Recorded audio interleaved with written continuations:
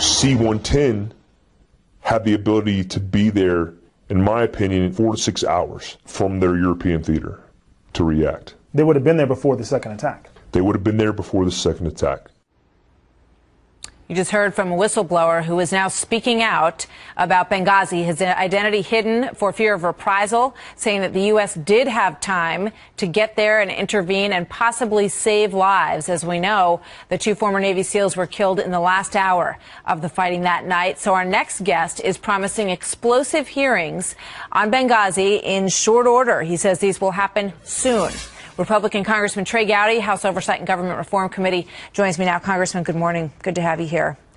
What's your reaction? Thank you for having me. I know you know a lot of the background on this. When you listen to that whistleblower's soundbite, talk about where that C-110 group was positioned.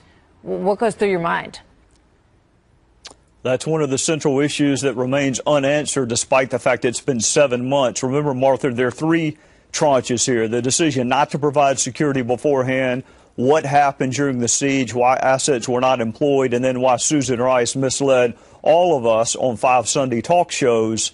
You have competing narratives. You have the so-called Accountability Review Board. What I'm primarily interested in are the eyewitnesses. It is sad that someone would have to cloak themselves in confidentiality for fear of reprisal, but that's where we are. So that's why Darrell Issa is very clear. There will not be any retribution. We will protect you. We'll provide you with counsel if necessary, but we need people with firsthand knowledge to come forward. We've had some, but we need them all. We had John Boehner, the speaker, on the show last week, and here's what he said that sort of hinted at where we are now on all this. I don't think that we've gotten to the bottom of what did the State Department know, when did they know it, why they didn't take action. And then, during the attack itself, why weren't assets brought in?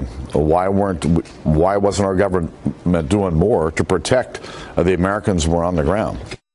You know, I thought it was very interesting when we got the Accountability Review Board look at all of this. And there was definitely an effort to close the book on this thing after that. That, you know, we've done our research. We know what happened. The Pentagon was not to blame was one of the outcomes of that report. There's no way that they could have gotten anyone there in time. We heard from the Joint Chiefs of Staff. Mike Mullen also basically said the same thing. So, you know, this is coming from very high up that there was no way they could have made it there. So this is a huge revelation if it is true, Congressman. Well, welcome to Washington. Here's my question, Martha. How did they know they couldn't have made it there? They had no way to know when it was going to end.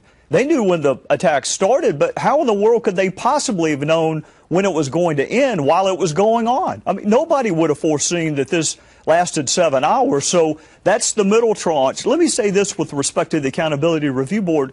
Martha, there's a reason we don't let students grade their own papers and we don't let defendants sentence themselves or investigate themselves. People lack the objectivity to question themselves. So the fact that the State Department may have cleared the State Department doesn't matter. I could care less. It's Congress's job to provide the oversight. The other point that I think Speaker Boehner hopefully will make is this. We know Susan Rice was wrong. We know that she was demonstrably wrong. What I want to know is whether her intentional misleading of her fellow citizens actually hampered the investigation going forward. We know she contradicted the evidence. We know she contradicted the president of Libya. What I want to know is, did her misrepresentations affect our ability to investigate what happened in Benghazi in the hours and days thereafter? Because we know the crime scene wasn't secured. We know the Bureau didn't go for 2 weeks. What I want to know is, was it because Susan Rice directly contradicted the president of Libya with her Sunday morning talk show appearances? Because there's a difference between just being wrong and being intentionally misleading. Oh, that's a big question, and you're right about that. What about Hillary Clinton and her role in this? She has testified at one point, you know, she said, what difference does it make? We lost 4 people that day in Benghazi. What difference does it make? Why or what triggered the events of that day? Are we going to learn more about that?